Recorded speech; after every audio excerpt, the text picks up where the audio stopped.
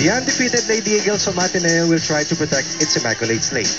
While on the other hand, the CSB Lady Blazers are aiming to bounce back after losing in 5 sets to the UST Lady Tigers last weekend. Mabuhay at magandang hapon mula dito sa inyong paboritong Shakey's V-League. Live over GMA News TV, Ronnie Magsano kasama si Miss Doringo sa Banggang Azul kontra sa Verde. Oo nga, very interesting game today because we gotta mention, although Ateneo wala pang talo, pag nanalo ang Benil today, they will tie Ateneo at the top of the standing. Tama yan, at itong dalawang to is safely in the quarterfinals. But before we talk about key players for these two squads, let's take a look at the team standings right now. Yeah, as I mentioned, Ateneo undefeated 3-0, but Benil 2-1, University of Santo Tomas 2-1, then San Sebastian TIP 1-2, and De La Salle Las Marinas 0-3. So actually, assured na sila of going to the next round, but of course you want to pile your wins. Totoo yan, at para kay Coach Ty Bundit, he wants to make sure that they not only protect an immaculate slate, but they continue to play to the level that they know that they're capable of. We talked about these two teams. These two teams possesses 3 of the top 3 scorers, or 3 of the top 10 scorers in the entire conference. Pero hindi ka magiging magaling na scorer kung wala kang mahusay na playmaker. And we talk about Ateneo, their playmaker right now is a small but terrible setter na si Giselle Tan. You said it right. You know, what's nice for Ateneo is because, of course, with the absence, alam natin, si Gia Morado, yung starting setter. Pero, you know, Tan will get this opportunity to mature and shine and play along, you know, in the center stage, in the limelight, play along sila Eliza Valdez. And she's doing well. In the scheme of things, Giselle Tan has really stepped up to the plate, so to speak, in lieu of Gia Morado. Yeah. But right now, our top player in terms of efficiency sa mga setters, all combined, walang iba kundi si Miss Janelle Cheng ng Lady Blazers. Yeah, we have to mention her in the Benil side because she has been playing solid. Awesome season for her, and you know, it's up to her teammates to step up because ayun na, parang pinifeed na niya yung teammates niya. They have to step up in terms of offense and hopefully give Ateneo a very tough time today. Janine Navarro and of course Jeanette Panaga are so thankful that Janelle Cheng is playing so well for the Lady Blazers. The question is, can Cheng overwhelm itong bagito na si Giselle Tan? This question will be answered sa aming pong pagbabalik.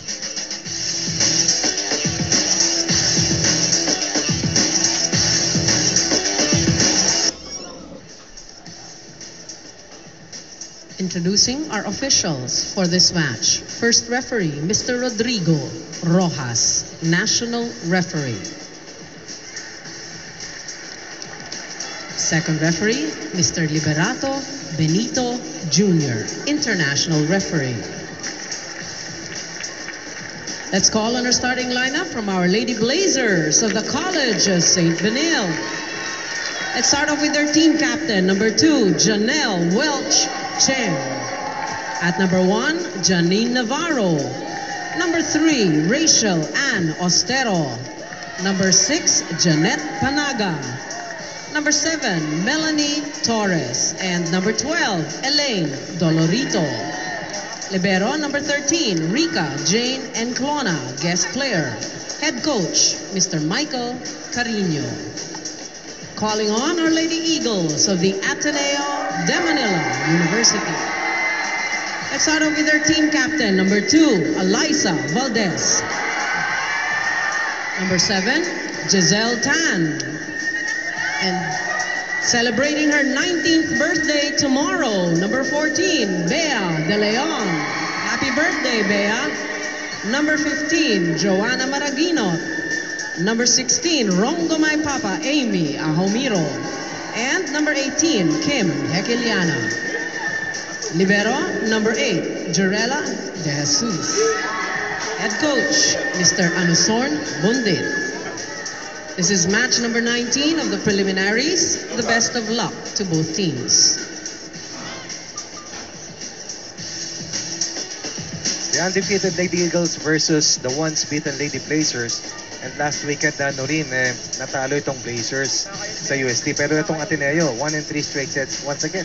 Oh, Ateneo, actually in paper, obviously, malakas ang Ateneo. But again, alam natin, if Benil wins today, they will tie Ateneo. So obviously, it's going to be a very tough match. And the win-loss cards of our teams who will make it to the quarterfinals will be carried over. Yeah. Kaya importante rin to, sabi nga ni Coach Maki kanina, virtual playoff contest na itong laban na to dahil hindi na sila muling magharap unless unless magtagpo sila doon sa dulo Oo. ng ating The kompetisyon. Final Four. Pero para kila Eliza Valdez, Doreen, hindi lang yun ang tinitignan nila. Alam mo naman that this team plays with a lot of pride. At sabi mo nga, some players not seeing action not only today but probably for their entire conference. But over the course of the last 2 years, ibang-iba na ang daang matuwid para dito sa Ateneo. Oh, we know that they've already arrived. Dati, they're on their way, but we know now they've arrived. But for the Blazers, I thought that it was a heartbreaker. Yeah. Dun sa pagkatalo nila laban sa UST, they had chances to close out the fourth set but eventually, umabot doon sa fifth set at hindi na nga sila nakatawid kila Mela Tunay and the rest of the Lady Tigers. Yeah, for those who missed that, it's just that UST... Ikaw yun, ano? Kami rin. Kami yun. Ang haba Kami yun ni Sem. No, UST was able to, maintain composure kaya nanalo sila. Pero even match, kaya nga nag-5 sets eh. We talked about the fact that a lot of our leading scorers belong to Ateneo and the Benil Blazers.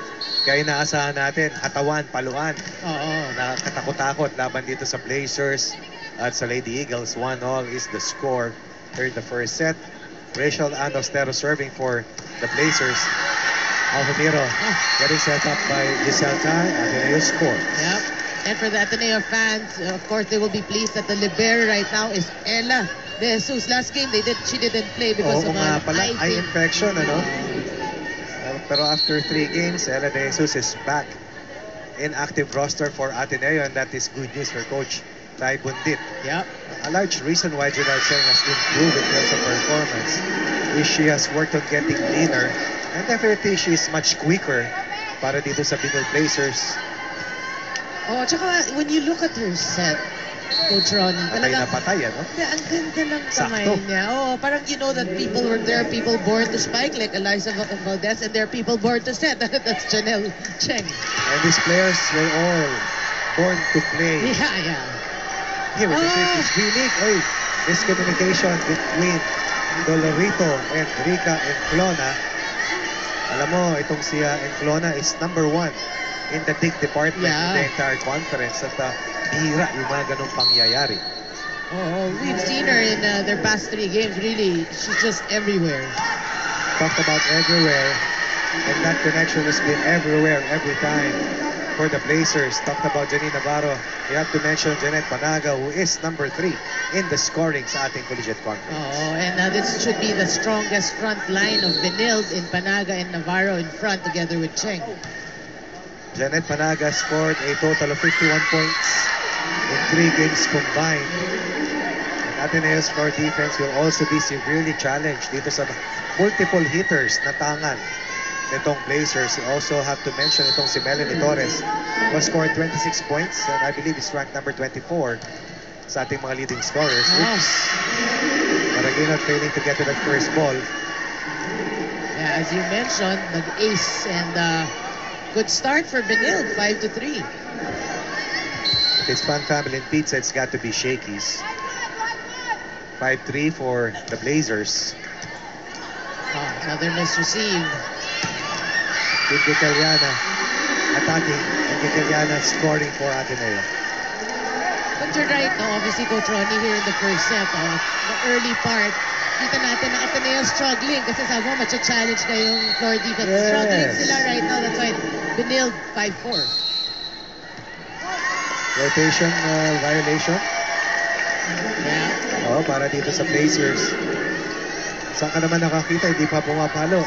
Humihiyaw na. Eliza Valdez has commanded a ton of adulation among our volleyball followers. I know, but that's already a norm pag serve si Valdez. Nakakatuwa para kay Eliza, nakakatuwa para sa mga taga Batangas. Ella De Jesus going to the back line. Wow. Valdez flips the net. Valdez scores. Oh, sayang for Benil because Panaga was actually there, wasn't able really to, totally roof it. We also have to give it to Ella De Jesus, who made sure that that ball is in the sweet spot para dito kay Eliza Valdez. She has played a lot of international competition of course of the last 8 months. When she was sidelined in the first game, came back to play in the third set of that second game for Ateneo, but she exploded for 22 points dun sa kanilang huling panalo Of course, versus Lasal Das Marinas. Service error for Eliza, service error for Panaga. Mga stars no? Of their own teams. Merong isang bugso ng adrenaline rush na nagpapasobra ng palo nila. Ito ba ang ating birthday celebrant bukas? Oh, I love it when Coach Mac really has to mention, they're celebrating their so-and-so year. Alam mo naman si Coach Mac talagang kumpleto yan. Oo. Backset for Cheng. From Cheng to Navarro. Navarro gets a last touch from Ateneo's net defense. Ayun yung binibida natin kanina. Janine Navarro, second to Jaja Santiago in scoring with 57 points scored in 3 games. Wow. Giselle Tan, hinanap si Eliza Valdez. Cheng to Dolorito. Pinaluan sila ni Navarro, checked. Navarro second serving. Eliza controls, stand cross court. Wow. Maraginot down the line, attack point. Maraginot closes out the first technical timeout with Ateneo ahead 8 versus 7. Live over GMA News TV. At ito po ang ating mga airing schedules, Saturdays, Sundays, and Mondays hanggang Webes. And we bring in the third member of our panel today, Ms. Trisha Robredo.